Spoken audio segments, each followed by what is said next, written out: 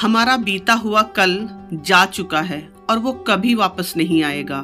तो एक बेहतर भविष्य के लिए उस अतीत को छोड़ दीजिए और अपने आज को संवारना शुरू कीजिए।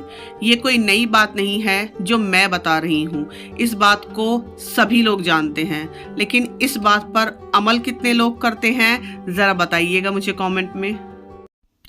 नमस्ते दोस्तों, स्वागत है आप सभी का बी रियल बी सिंपल की एक नई वीडियो में। और इस वीडियो को आप लोगों के साथ शेयर करते हुए मुझे थोड़ी सी हिचक भी हो रही थी, लेकिन फिर मैंने सोचा कि अगर शूट की है तो क्यों ना आप लोगों के साथ शेयर किया जाए। एक्चुअली वीडियो थोड़ी सी लंबी हो गई है, तो इसलिए मैं पहले ही वार्निंग दे देती हूँ कि वीडियो थोड़ी सी लंबी है।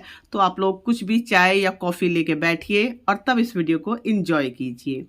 तो सुबह सुबह का ये वक्त है और आप देख ही सकते हैं दिल्ली के मौसम के तेवर कि कहीं से कहीं तक भी आपको दिखाई नहीं देगा, धुंध इतनी ज़्यादा है।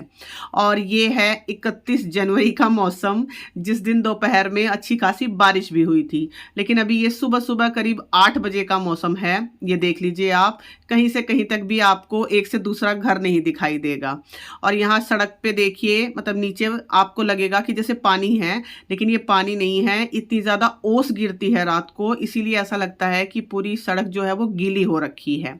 तो फिलहाल ये है दिल्ली के मौसम का हाल, और मुझे लगता है कि सब जगह शायद यही हाल चल रहा होगा। आपके शहर में मौसम का क्या हाल है मुझे कमेंट में बताइएगा। तो इस सर्दी के मौसम में भी देखा आपने कितनी धुंध है बाहर, लेकिन उसके बावजूद भी कुछ लोग क्या, बहुत लोग हैं जिनको अपनी रोजी रोटी के लिए निकलना ही पड़ता है। उन्हीं में से एक है सब्जी वाले भैया, जो सुबह सुबह ही आ गए थे, तो इसलिए मैंने उनसे ढेर सारी सब्जी ले ली है। लेकिन अभी इस सब्जी को मैं सॉर्ट आउट नहीं कर रही हूँ, क्योंकि अभी इतना टाइम नहीं है। इसको मैं दिन में सॉर्ट आउट करूँगी। अभी मैं सबसे पहले जा रही हूँ अपनी बेटी को उठाने के लिए, क्योंकि अभी जब से मौसम बहुत ज़्यादा ख़राब होना शुरू हुआ है, उसके स्कूल का टाइम करीब 9:30 बजे हो गया है। तो अभी जैसे मैंने बताया 8 बजे हुए हैं, तो वो अभी उठी है। 8 बजे से भी वो उठ जाती है तो अच्छे से काम हो जाता है। मैं तो खैर पहले से ही उठी हुई हूँ। सुबह की बेसिक क्लीनिंग करने के बाद, नहाने धोने के बाद और पूजा करने के बाद मैं अब आ गई हूँ किचन में।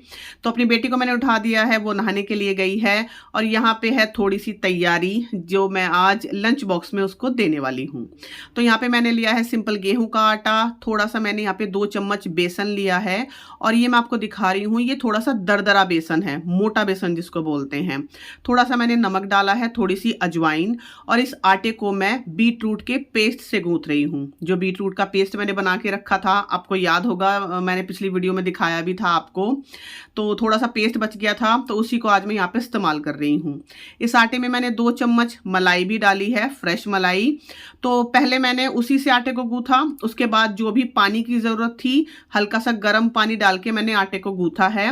और इस तरह से मैं आटे को थोड़ा सा पटक रही हूँ परात में, जिससे इस आटे में ना अच्छी खासी लचक पैदा हो जाती है। इस तरह से देखिए, क्योंकि मैं फिलिंग वाले पराठे बनाने वाली हूँ, और फिलिंग वाले पराठे बनाने के लिए आपका जो आटा है वो बहुत ही अच्छे से सॉफ्ट होना चाहिए, लचीला होना चाहिए, तभी आपके पराठे अच्छे बनेंगे और वो फटेंगे नहीं। तो हल्का सा ऑयल लगा के मैंने इस आटे को रख दिया है। करीब 10 मिनट ये रेस्ट कर लेगा। और अगर आपके पास ज़्यादा टाइम हो तो फिर आप ऐसे ही रख दीजिए, फिर आपको वो पटकने वाला स्टेप करने की कोई ज़रूरत नहीं है, आटा अपने आप ही सॉफ्ट हो जाएगा। यहाँ पे फिलिंग के लिए मैंने लिया है पनीर, और इसमें मैंने बिल्कुल बेसिक से मसाले डाले हैं, नमक, मिर्च, थोड़ा सा ज़ीरा, हल्का सा गरम मसाला, थोड़ा सा सौंफ धनिए का पाउडर, थोड़ा सा हींग। इसमें मैं और कोई भी प्याज वगैरह कुछ नहीं डाल रही हूँ, क्योंकि ये पराठे आज मेरा बेटा भी ट्राई करने वाला है, पहली बार वो फिलिंग के पराठे ट्राई करने वाला है। तो अच्छे से उसको मैंने मिला लिया है, और बाकी जो पनीर बचा है ना, उसको मैंने ऐसे पानी में डाल के तब फ्रिज में रखा है। जब भी आप पनीर स्टोर करें तो हमेशा उसको पानी में डाल के स्टोर करें, ऐसे मत रखें फ्रिज में। अब पराठा मैंने यहाँ पे बनाना शुरू कर दिया है, और ये पराठे मैं अपने बेटे के लिए बना रही हूँ पहले। और जब भी आप पराठे बनाएं ना, इस तरह का बड़ा सा एक स्पैचुला इस्तेमाल करें। हाथ से अगर आप पराठा पलटेंगे तो वो कभी कभी फट जाता है, मतलब चिपक जाता है तवे के साथ। ऐसे ही जब आप ऑयल लगाएं उसके लिए बड़ी चम्मच इस्तेमाल करें। वो छोटी चम्मच कोई कोई इस्तेमाल करता है ना, उससे हाथ भी जल जाता है और काम भी बढ़ जाता है। मतलब 2 मिनट का आपका काम 10 मिनट का हो जाएगा। साथ में मैंने बनाई है चाय, क्योंकि उसको बहुत ज़्यादा सर्दी हो रखी है, नहीं तो वो दही लेता है साथ में हमेशा। तो देखती हूँ, फर्स्ट टाइम मैंने बनाए हैं उसके लिए फिलिंग वाले पराठे, वो खाएगा या नहीं खाएगा। फिलहाल तो वो दोनों ही भाई बहन नहा चुके हैं, तैयार हो चुके हैं। बेटा कॉलेज जाएगा, बेटी स्कूल जाएगी, और इसी में से वो अपना ब्रेकफास्ट शेयर करेंगे। अभी बेटे को मैंने ब्रेकफास्ट दे दिया है और वो जा भी चुका है। तो बेटी के लिए मैंने क्या किया है, जो बथुआ मैंने सुबह दिखाया था ना, सुबह लिया था, उसी में से थोड़ा सा बथुआ साफ करके उसको बारीक बारीक कट करके मैंने इस पनीर की फिलिंग में मिला लिया है। और थोड़ा सा बथुआ मैंने ब्लांच होने के लिए भी रख दिया है, क्योंकि मैं उसका रायता बनाने वाली हूँ अपनी बेटी के लिए, वो लंच में लेके जाएगी। तो अब यहाँ पे अपने बेटी के लिए मैं बना रही हूँ पराठे, और उसके लिए मैं अच्छी खासी फिलिंग भर रही हूँ इसमें। बेटे के लिए जो मैंने पराठे बनाए थे ना, उसमें तो मैंने थोड़ी सी ही फिलिंग भरी थी पनीर की, मुझे डर था कि कहीं वो खाए ना, लेकिन बेटी खा लेती है, तो इसलिए मैंने उसके लिए अच्छे से फिलिंग भरी है यहाँ पे। और खूब अच्छे से ये फिलिंग वाला पराठा भर के मैंने तैयार किया है। तो जब हम आटा अच्छे से बनाते हैं, फिलिंग हमारी अच्छी होती है, मतलब ज़्यादा चिपचिपी नहीं होती, तो फिर जो पराठे होते हैं ना, वो ज़्यादा फटते नहीं हैं कभी भी। छोटी छोटी ट्रिक्स हैं ये, जब हम किचन में काम करते हैं तो आ ही जाती हैं। एकदम से तो खैर किसी को नहीं आती, लेकिन हाँ, जब हम साल दर साल किचन में काम करते रहते हैं तो ये छोटी छोटी ट्रिक्स ही हैं जो हमारी कुकिंग को आसान बना देती हैं। तो पराठे को थोड़ा सा मैंने हाथ से फैलाया, आपने देखा। उसके बाद बस 5-7 सेकंड ही मैंने उस पर बेलन चलाया है, और हमारा पराठा अब तवे पे है। अब इस पे ऑयल लगाने से पहले मैंने इसको अच्छे से दोनों तरफ से सेका है। मैं हमेशा अपनी वीडियोस में बताती हूँ, जब भी फिलिंग वाले पराठे बनाती हूँ मैं, कि पहले आप उसको अच्छे से दोनों तरफ से सेक लीजिए, उसके बाद ही आप उस पर ऑयल लगाइए, जब उस पर अच्छे से ब्राउनिंग आ जाए। तो उससे होगा क्या, देखिए ये पराठा आपको लग रहा था ना कि फट गया है, लेकिन उसके बावजूद भी ये फूल गया। तो ये इसीलिए होता है, जब आप अपने पराठे को दोनों तरफ से अच्छे से सिकने का मौका देते हैं, उसके बाद उस पर ऑयल लगाते हैं। बाकी आप अपना आटा अच्छे से बनाइए, खूब लचीला, और फिलिंग आपकी बहुत ज़्यादा गीली नहीं होनी चाहिए, तो पराठे आपके हमेशा इसी तरह से फूले फूले बनेंगे। तो पराठे बन गए हैं। यहाँ पे जो मैंने बथुआ ब्लांच किया था, उसको एक हरी मिर्च के साथ मैंने पीस लिया है। अब दही में मैंने बिल्कुल बस थोड़ा सा नमक डाला है, 1 चुटकी ही, और कोई मसाला मैं इसमें नहीं मिलाऊंगी। हरी मिर्च मैंने पीस ही ली है बथुए के साथ, इसी को मैं इसमें थोड़ा सा मिला दूंगी दही में, और ये मेरी बेटी का रायता तैयार हो जाएगा। बहुत ज़्यादा पतला मैंने नहीं किया है, क्योंकि बहुत ज़्यादा पतला रायता वो खाएगी नहीं, फिर थोड़ा गाढ़ा ही मैंने रखा है। और बाकी जो बचा है पेस्ट बथुए का, उसका मैं अपने लिए रायता बना लूँगी दिन में। तो यहाँ पे उसका टिफ़िन तैयार हो गया है। एक लड्डू मैंने रख दिया है उसका, और वाटर बॉटल पे है वानी का नाम, क्योंकि किसी को पता तो है ही नहीं कि वानी की बोतल है, तो हर जगह अपना नाम लिखती रहती है वो। और बस अब वो जाएगी अपने स्कूल के लिए, मैं उसका टिफ़िन दे रही हूँ उसको, वो अपना बैग वगैरह अरेंज कर रही है। और यहाँ पे देखिए, अगर आप गौर करो, उसने जूते नहीं पहने हुए हैं। तो मैंने 1-2 बार जब वो छोटी थी तभी बताया था कि बेटा जब आपको घर से निकलना हो तभी आप जूते पहनना, ये नहीं कि जूते पहन के आप पूरे घर में घूम रहे हो। और वो बात उसको हमेशा याद रहती है, तो उसने अभी तक जूते नहीं पहने हैं, बस वो जब जाएगी तभी जूते पहनेगी।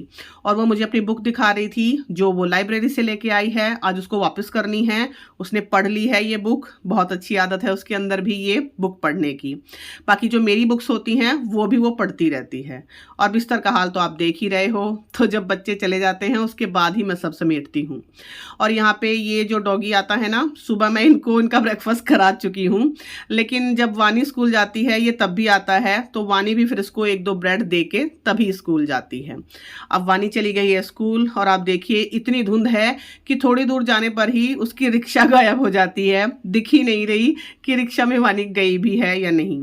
अब उसके जाने के बाद फिर मैंने भी अपना नाश्ता किया, किचन समेटा सारा, और उसके बाद देखिए मौसम का बदलता हुआ रूप।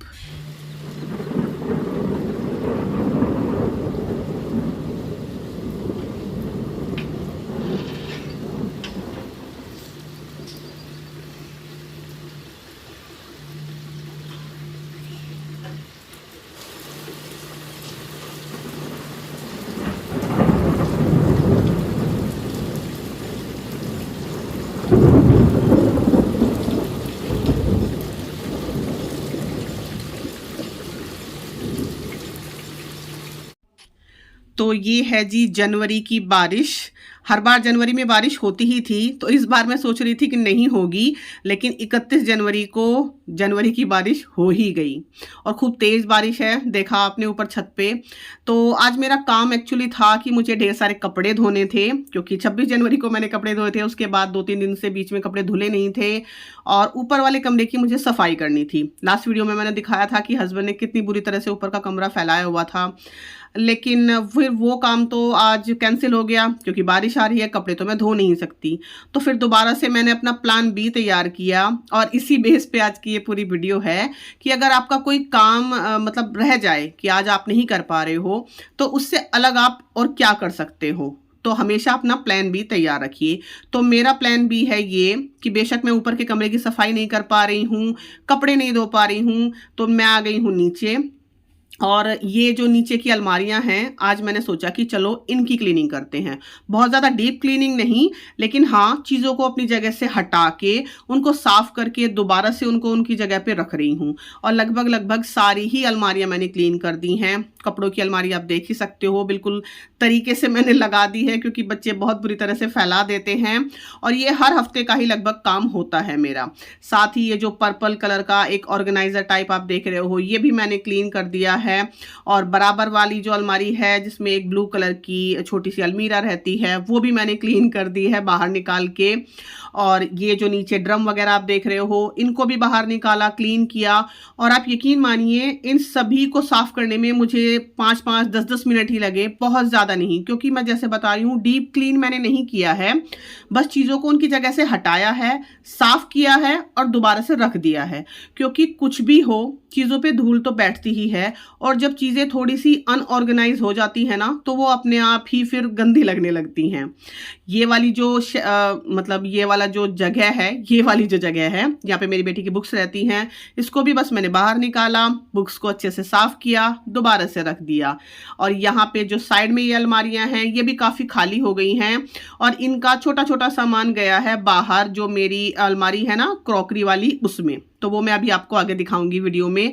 फिलहाल ये सब कुछ सॉर्ट आउट हो चुका है, पर्दे लगा दिए मैंने अच्छे से, अलमारी क्लीन हो गई और मेरा दिमाग बड़ा शांत हुआ। और यहाँ पे जो कपड़े रखे थे, जो अलमारी में से मैंने निकाले थे एक्स्ट्रा, उनको मैंने अभी फिलहाल ये जो लोहे वाली अलमारी है इसमें रख दिया है। लेकिन अभी फिलहाल मैं इसको क्लीन नहीं कर रही हूँ, क्योंकि अगर इसको क्लीन करने बैठ गई ना तो फिर पूरा दिन निकल जाएगा। इसको फिर 1-2 दिन बाद देखते हैं। और ये है मेरी बेटी की कलाकारी अगेन, उसने मेरे जो रजिस्टर है ना उस पर लिख दिया है मम्माज रजिस्टर। और ये है उसका बनाया हुआ एक तोता, जो उसने कागज से बनाया हुआ है, लेकिन इतना रियल लगता है ना, एक एक बिल्कुल चीज़ डिफाइन करके उसने मेरी मतलब तोते की बनाई हुई है। तो इसको मैंने यहीं पे बिठा दिया है, वो आएगी देखेगी तो खुश हो जाएगी। फिलहाल यहाँ से सब कुछ जो भी एक्स्ट्रा था वो समेट दिया मैंने और अब आई हूँ मैं स्टोर रूम की तरफ। हालत आप देख ही सकते हैं किस तरह की हो रखी है। तो चलिए अब इसको एडिटिंग की मदद से साफ कर देते हैं। देखा, एडिटिंग की मदद से चीज़ें कितनी जल्दी हो जाती हैं, काश रियल लाइफ में भी ये सब हो पाता। तो बस पलक झपकी और स्टोर रूम साफ हो गया। जी नहीं, इसको करने में मुझे करीब करीब आधा घंटा लगा। और यहाँ पे भी मैंने वही रूल अप्लाई किया है कि चीज़ों को हटाया, साफ किया और दोबारा से बस उनको तरीके से रख दिया। बहुत ज़्यादा और कुछ नहीं किया मैंने, क्योंकि अगर मैं डीप क्लीनिंग करने बैठ जाऊंगी ना तो फिर पूरा दिन चला जाएगा और डीप क्लीनिंग की एक्चुअली ज़रूरत भी नहीं है। तो अब मैं लगा रही हूँ झाड़ू एक बार, क्योंकि जब हम कुछ सफाई करते हैं तो थोड़ी बहुत गंदगी तो गिरती ही है। किचन फिलहाल काबू में है, समेटी हुई है, मतलब बहुत ज़्यादा फैली हुई नहीं है। और झाड़ू के बाद मैंने हल्का सा पोछा भी लगा दिया, क्योंकि फिर मन नहीं मानता ना, हल्का सा लगता ही है कि कहीं कहीं धूल गिरी होगी। और उसके बाद बस अब है हमारा कमरा साफ़ सुथरा तैयार। अब ये कितनी देर तक साफ़ सुथरा रहता है ये तो डिपेंड करता है बच्चों पर, हस्बैंड पर, क्योंकि वो फैलाएंगे ज़रूर इन चीज़ों को दोबारा से। तो अभी बारिश रुक गई थी, पूरे घर में दोबारा से मैंने झाड़ू पोछा कर दिया है। तो ये जो जूतों का रैक है ना, ये भी मुझे थोड़ा सा मैसी लग रहा था, तो मैंने सोचा लगे हाथ इसको भी कर देते हैं। और भगवान जी ने खूब तेज़ बारिश की है, लेकिन फ़िलहाल रुकी हुई है, तो इसलिए मैंने ये जूतों का रैक भी अच्छे से साफ़ कर दिया। और सीढ़ियों पे जितने भी जूते थे वो सब अपने अपनी जगह पे जा चुके हैं। तो यहाँ से भी मैंने थोड़ी सी क्लीनिंग की है। और यहाँ पे सीढ़ियों के पास ये जो आपने देखा होगा, ये वाला जो प्रोजेक्ट है हस्बैंड बना रहे थे, वो इधर रखा था, तो उधर मैंने उसको इसलिए किया है क्योंकि क्योंकि बारिश में जब तेज़ बारिश आती है ना तो सीढ़ियों से पानी आ जाता है, तो मुझे डर था कि कहीं इसके ऊपर ना गिर जाए, इसलिए मैंने इसको इस साइड शिफ्ट कर दिया और यहाँ से भी क्लीनिंग वगैरह सब मैंने कर दी है। अब इसके बाद मैं दिखाती हूँ आपको क्रॉकरी यूनिट। ये जो मैंने 26 जनवरी के व्लॉग में आपको दिखाया था ना, क्लीन की थी, तो ये वाला जो ड्रॉर था खाली था, अब ये भर गया है क्योंकि अंदर से जो अलमारियों में से मैं सामान एक्स्ट्रा निकाल के लाई हूँ ना, वो मैंने यहाँ पे रख दिया है। यहाँ पे वही बेसिक चीज़ें हैं जो हर किसी के घर में इस्तेमाल होती हैं। एक्स्ट्रा साबुन है, स्पॉन्ज है, पेस्ट है और बहुत सारी सेलो टेप्स आप देख रहे हैं अलग अलग तरीके की, बच्चे इस्तेमाल करते रहते हैं। और ये एक डब्बा है जिसमें है बहुत पुराने खिलौने, क्योंकि ये मेरे बेटे के खिलौने हैं और मेरा बेटा 20 साल का होने वाला है। एक दो खिलौना ही मेरी बेटी का है इसमें, नहीं तो ज़्यादातर खिलौने मेरे बेटे के ही हैं और मैंने अभी तक संभाल के रखे हुए हैं। तो इस बीच वानी भी आ गई थी स्कूल से। अभी करीब 2:30 पौने 3 का टाइम हो रहा है और अभी फ़िलहाल बारिश रुकी हुई है, लेकिन शाम को मतलब रात को दोबारा से बारिश शुरू हो गई थी जो पूरी रात चली है। तो वानी आ गई है स्कूल से, मुंह हाथ धो के उसने कपड़े बदल लिए हैं और वो मुझे सुबह ही बोल के गई थी कि मुझे बीट रूट के गरम गरम पराठे खाने हैं। तो अभी फ़िलहाल मैंने फिलिंग वाले नहीं बनाए हैं, उसके लिए सिंपल पराठे बनाए हैं जिसको वो जैम लगा के खा रही है इस तरह से रोल करके, तो उसको पसंद है, इसलिए मैंने आटा उठा के रखा हुआ था, उसके लिए मैंने गरम गरम पराठे सेके थे। तो अभी ये है शाम की क्लिप, करीब 5 बजे हुए हैं, 4:30 का टाइम है, शायद 4:30-5 का। मैं रोटी बना रही हूँ दोबारा से, मतलब खाना बना रही हूँ क्योंकि हस्बैंड को जाना है आज, उनका ट्रिप है बाहर का। तो आटा मैंने बनाया है सिंपल गेहूं का आटा, बेसन था उसमें थोड़ा सा, कसूरी मेथी, अजवाइन और नमक डाल के। तो पूरियाँ मैं बनाने वाली हूँ, पूरी का आटा मैंने बनाया है। आलू मैंने बॉईल कर लिए थे और साथ में ये है तैयारी सब्जी की। तो मैंने तेल चढ़ाया है सरसों का, जीरा डाला है उसमें, 2-3 साबुत लाल मिर्चें डाली हैं मैंने उसमें, और चॉपर में चॉप किए हुए टमाटर और हरी मिर्च मैंने डाल दिए हैं। साथ में मैंने डाली है मटर और बेसिक से मसाले मैं इसमें डालने वाली हूँ। हींग डाला है मैंने थोड़ा सा इसमें और थोड़ा सा मैंने इसमें कसा हुआ अदरक भी डाला है। तो बेसिक मसाले जैसे मैंने बताया वही, नमक, मिर्च, हल्दी थोड़ी जाएगी, थोड़ा सा गरम मसाला पैकेट में बचा हुआ था वो ही मैंने डाल दिया बस इसमें, और ज़रूरत के हिसाब से आप इसमें नमक डालिए। मिर्च जितनी भी तेज़ आप खाते हैं उतनी तेज़ डालिए, मैं बहुत ज़्यादा तेज़ नहीं डाल रही हूँ। बाद में मैंने कश्मीरी मिर्च डाली है थोड़ी सी कलर के लिए। तो इस मसाले को हम अच्छे से भूनेंगे जब तक ये तेल नहीं छोड़ देता, उसके बाद ही हम इसमें आलू शामिल करेंगे। तो अभी फ़िलहाल चाय का ऑर्डर आ गया था और चाय थोड़ी सी एक्स्ट्रा बना रही हूँ क्योंकि एक जगह जानी भी है, फ्लास्क इसीलिए मैंने निकाला है। तो आप देख रहे हो 5 बज रहे हैं, सब्जी हमारी यहाँ पे बन रही है। आलू मैंने शामिल कर दिए उसमें और इस मसाले में अच्छे से आलू को हम कोट कर देंगे। तो इस तरह से हमारी आलू मटर की सूखी सब्जी तैयार हो जाएगी जो आप सफ़र में ले जा सकते हो, बहुत ही टेस्टी लगती है। आप इसको और भी खट्टा करना चाहो तो आप इसमें अमचूर पाउडर भी मिला सकते हो, लेकिन मैंने सोचा कि टमाटर की खटास ही बहुत है। तो चाय मैंने भिजवा दी है, हमने भी 1-1 कप चाय पी ली है। उसके बाद मैं यहाँ पे कपड़ों पे प्रेस कर रही हूँ, हस्बैंड को जाना है, उनकी पैकिंग करनी है। पैकिंग तो एक्चुअली वो खुद कर लेंगे लेकिन मैं प्रेस कर रही हूँ। और फिलहाल इस टी शर्ट पे मैं उल्टी तरफ से इसलिए प्रेस कर रही हूँ क्योंकि अभी सर्दियाँ हैं ना, तो कपड़े अच्छे से सूख नहीं रहे हैं, तो कपड़े हल्के हल्के से गीले लग रहे थे मुझे, मतलब ऐसा लग रहा था कि गीले हैं, थे नहीं हालांकि, तो इसीलिए मैं उनको प्रेस से सुखा रही थी। और ये है मूवमेंट की टी शर्ट, मेरे हस्बैंड पहनते हैं इनको, काफ़ी अच्छी रहती हैं ये, हाफ स्लीव्स में भी आती हैं, फुल स्लीव्स में भी आती हैं। और सर्दी में अगर आप इनर्स नहीं पहनते हैं या आप मतलब इरिटेशन होती है किसी किसी को, नहीं पहन पाते हैं, तो ये टी शर्ट्स बड़ी काम आती हैं। बिल्कुल कहते हैं ना बॉडी फिट टी शर्ट होती हैं ये, और मेरे हस्बैंड को बहुत पसंद है, उनके पास है ये टी शर्ट, फुल बाजू में भी हाफ बाजू में भी। और यहाँ पे वानी को लग रही थी ठंड, तो इसलिए उसने अपने मोजे और जो उसके जूते हैं ना मोजे की तरह के, सब दोबारा से पहन लिए हैं। शाम की पूजा मैंने कर दी है यहाँ पे, और अभी फ़िलहाल वानी बैठी हुई है बिस्तर में और वो मुझसे खाने के लिए मांग रही है। और खाने में क्या मांग रही है? वो मुझसे खाने में मांग रही है मीठा, क्योंकि बहुत देर होगी उसने कुछ मीठा नहीं खाया। दोपहर में उसने जैम से पराठे खा लिए थे, लेकिन अभी उसको फ़िलहाल दोबारा से मीठा चाहिए। तो उसको मैंने दिया है थोड़ा सा गाजर का हलवा, और उसको बहुत ज़्यादा सर्दी लग रही है इसलिए वो हीटर चला के सेक रही है। तो गाजर का हलवा एक्चुअली एक दिन पहले बना था, उस दिन सकट था, सकट चौथ बोलते हैं हमारे यहाँ, तो उस दिन मैंने बनाया था और थोड़ा सा ही बनाया था, बस 1 किलो गाजर का ही, और वो 2 दिन में ख़त्म भी हो गया। तो यहाँ पे पैकिंग की शुरुआत हो रही है। ये 2 बैग्स हैं, एक छोटा एक बड़ा। तो बड़े वाले के अंदर ही छोटा इस तरह से डाल के मैं और इस कपड़े में लपेट के रखती हूँ। तो फिलहाल ये सब कुछ खुला रखा है। यहाँ पे हस्बैंड कर रहे हैं पैकिंग और मैं आ गई हूँ यहाँ पे पूरियाँ सेकने के लिए। तो टाइम था मेरे पास, तो इसलिए मैंने सारी इतना आटे की थोड़ी छोटी लोई बना ली। जब तक तेल गर्म हो रहा है तब तक मैंने लोइयाँ बना ली, नहीं तो खड़े होके मैं तेल को गर्म होते हुए देखती, बस इससे ज़्यादा और क्या ही करना था मुझे।